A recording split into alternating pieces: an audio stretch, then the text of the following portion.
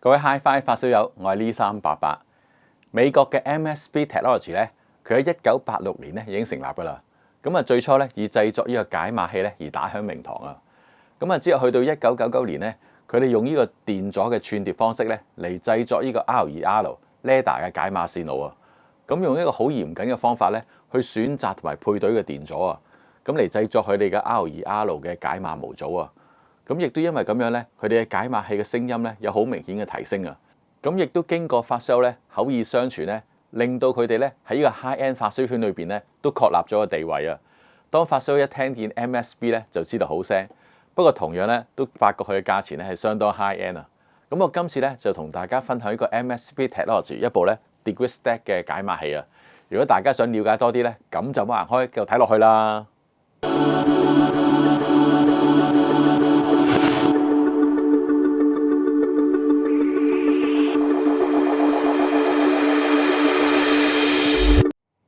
一開始咧就提到呢個 MSB R2R 嘅 DAC 嘅模組啊，到底咩係 R2R 咧？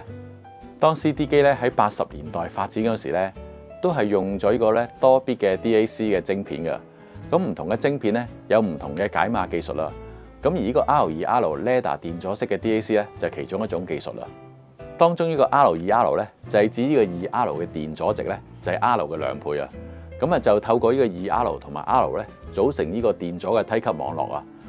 當有呢個數碼信號咧輸落去呢個電阻梯級網絡嗰陣時咧，就會透過呢個邏輯開關，令到呢個 R2R 嘅網路咧就會輸出翻相對應嘅電壓啦。呢個咧就係模擬嘅信號啦。R2R 嘅解碼器有啲咩好處啦？就係呢個噪音低啦，動態範圍大啦，反應速度夠快啦，同埋低失真啊。當然啦，有好處亦都有唔好處啊嘛。唔好處咧就係對於個電阻嘅阻值嘅精度要求係非常之高啊，同埋仲要牽涉好多咧篩選啊同埋配對嘅工作啊，所以咧要製作呢個 R2R 嘅解碼器咧，一般成本咧比較高啊，同埋咧佢對於溫度變化咧亦都相當之敏感啊，而 MSB 咧係少數可以堅持同埋做到呢個 high end 級數嘅 R2R 解碼器嘅廠家。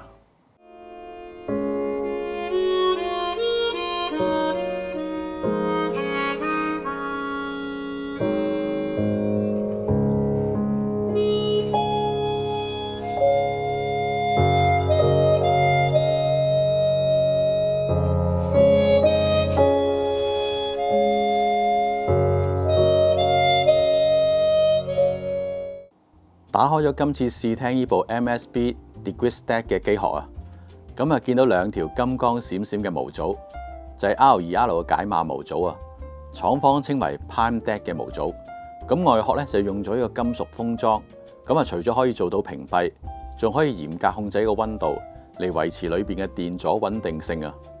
呢個 Prime Deck 嘅解碼模組唔受呢個檔案格式同埋取樣率嘅限制啊。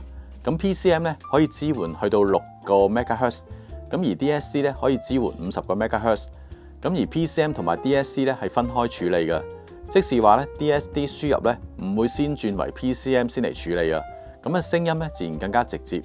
而一塊 Prime Deck 嘅模組咧已經係全平衡嘅架構啊，而並聯咗兩個咧可以降低輸出嘅阻抗。另外呢個 Prime Deck 咧仲有幾樣好處㗎，無需要經過任何嘅 IV 轉換啦。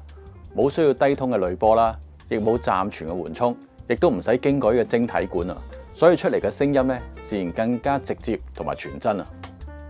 機裏邊咧仲有一塊金磚，呢個係廠方自行開發嘅主時鐘模組啊。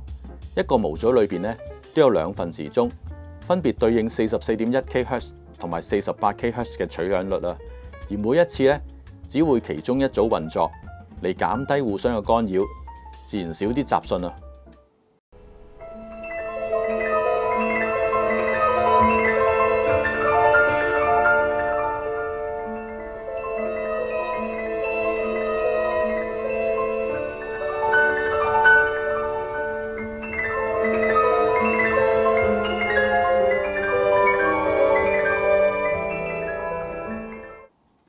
Degree Stack 機背咧，見到有呢個模擬平衡嘅輸出，直流電源嘅輸入，數碼輸入咧有一組 AES EBU， 一組嘅 RCA 同兩組嘅光纖。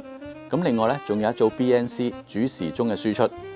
如果用呢部解碼器咧嚟接呢個 CD 轉盤咧，以上嘅配備咧已經足夠噶啦。咁啊，當然啦 ，MSB 另外一樣特點咧就係呢個模組化嘅設計啊。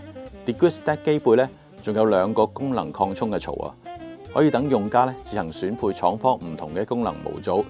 咁而安裝模組咧有一個特別嘅上鎖設計，唔需要任何工具咧都可以安裝啊。咁而今次試聽咧就跟咗呢個 Network Wanderer V2嘅模組，可以支援 UPnP、WoundReady 同埋 MQA， 將呢個 DisplayStack 咧變成一部強勁嘅串流播放器啊。咁之後咧，我再問代理咧借多咗一個咧 USB 嘅輸入模組，咁啊方便咧我試聽嘅 Ineos Pulsar 嘅串流播放轉盤啊。Let me shine, shine just like you do. All that is broken, please crack me open, let me shine. DisplayStack 係分體電源嘅設計，咁原裝咧就跟咗一個 DisplayStack Power Supply， 而呢個分體電源咧嘅機殼同呢個 DisplayStack 主機一樣咧，係一整件鋁合金咧。用呢個 CNC 畫空中間造成嘅，咁嘅做法咧，可以用成個機殼嚟散熱，咁同埋咧減低火牛咧對外邊嘅干擾啊。咁另外大家見到主機背後咧個直流電嘅輸入咧，原來咧有一個升級嘅方案啊。咁只要掹走原裝嘅 adapter 咧，就可以有2個嘅電源輸入。咁如果大家想升級咧，就可以買多一個 DisplayStack Power Supply， 就可以分別供電俾呢個數碼同埋模擬部分。不過我今次咧就冇試到。咁喺理論上咧，模擬數碼分開咧，一定會更加好啊！咁如果大家想更上一層樓咧，仲可以升級到廠方 Premier 嘅 Power Base。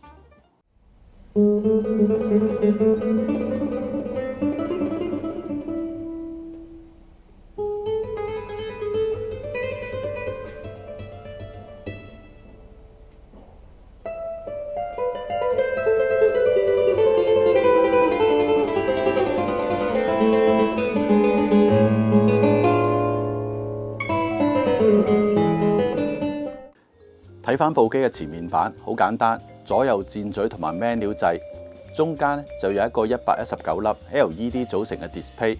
雖然睇落去咧有啲粗糙，不過啲字睇得好夠大，咁同埋廠方知道顯示屏咧會對聲音造成干擾，所以成個 display 都有一個獨立嘅間隔，減低對音頻線路嘅干擾啊。部機咧可以喺 menu 度由固定輸出設定到可調音量輸出。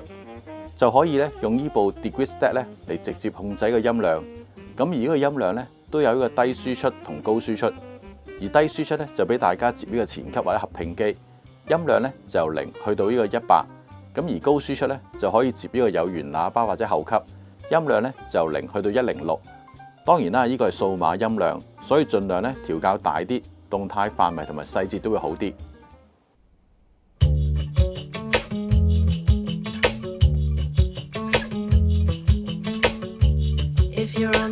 About the truth, feel that all you hear is just a fluke.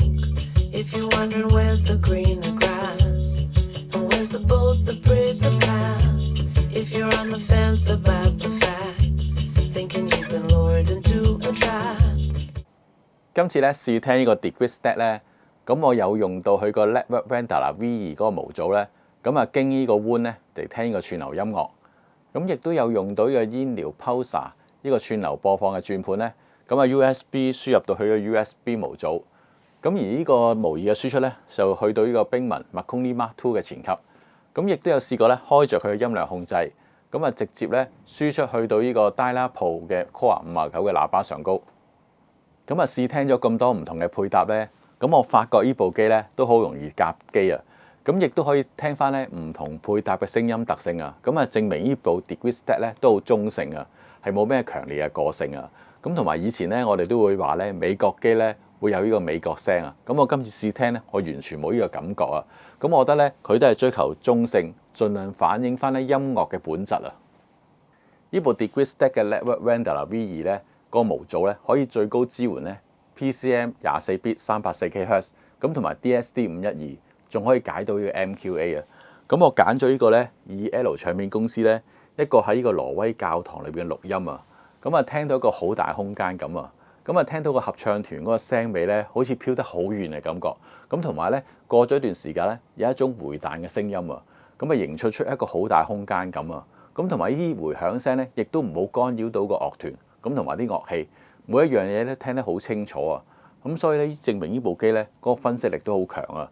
咁啊呢部機咧其實只係廠方個入門嘅型號啊，真係唔敢想像咧廠方更加高級嘅機咧會係咩聲。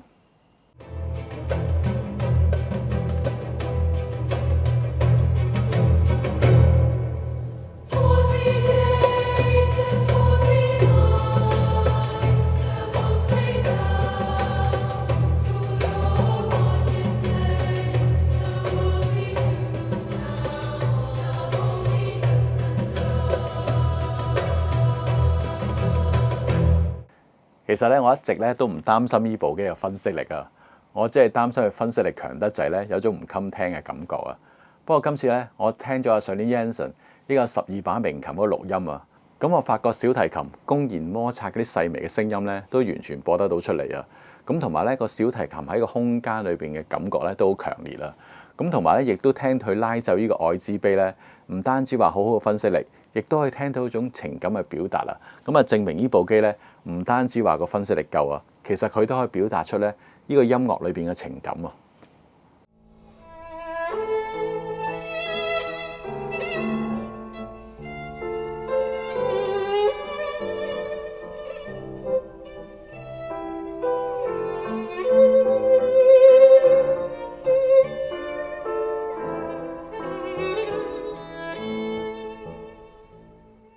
今次咧聽到呢部機嘅表現咧，用我哋發燒友嘅術語嚟形容咧，就好夠 analog，好有模擬嘅味道啊！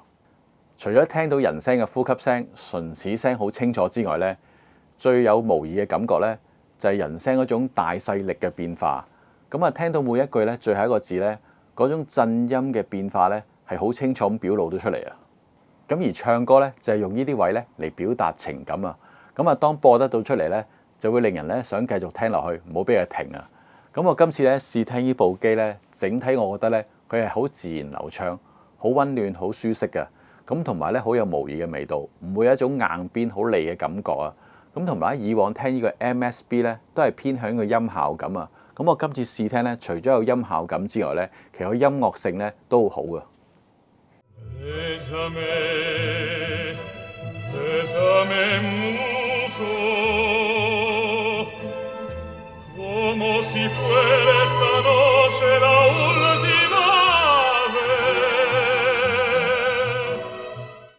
咁啊，講翻呢個 MSB 啊，佢嘅靚聲秘訣咧就係用咗呢個 R2R 嘅解碼。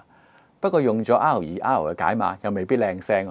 咁我打個比喻啊，咁啊李小龍咧曾經講過啊，佢唔怕咧一個人咧練過1萬種腳法，佢最怕咧一種腳法咧練過1萬次嘅人啊。咁而 MSB 咧就係將呢個 R2R 練過1萬次嘅廠家啦。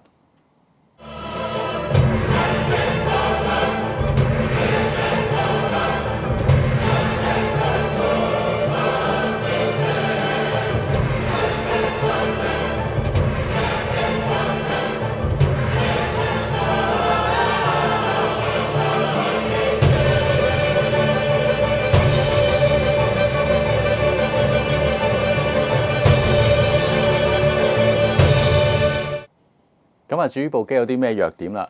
咁好多朋友咧就嫌佢呢個 display 咧啲字體比較粗糙，唔夠靚啊。不過呢方面咧，其實我又可以接受啊。最緊要咧，佢啲字體夠大隻，變咗坐喺皇帝位咧都睇得清楚啊。咁我反而咧想同大家分享下咧，我試聽呢部機嗰陣時咧，有啲方法咧可以令到呢部機原本已經好靚聲，再靚聲一啲啊。咁啊，首先咧，我將佢嗰個分體電源嘅過機線咧換咗一條咧嚟自 Redmond StarLab 嘅過機線啊。咁換咗之後咧，好明顯各樣嘢都提升咗啊！咁另外咧，我個主機同埋呢個分體電源咧，下低都墊咗個金屬釘墊啊！咁啊，當墊咗之後咧，個人聲同埋樂器啲輪廓咧更加清楚，個分隔度咧更加好，咁同埋音場咧都闊咗啊！咁呢方面咧，大家有機會咧都可以試下玩下啦。好啦，今次嘅分享咧就到呢度啦。如果大家咧喺個 MSB 嘅用家咧，都可以喺留言區下低咧同大家揮下手分享下。好啦，今次嘅分享咧真係到呢度啦，下次見。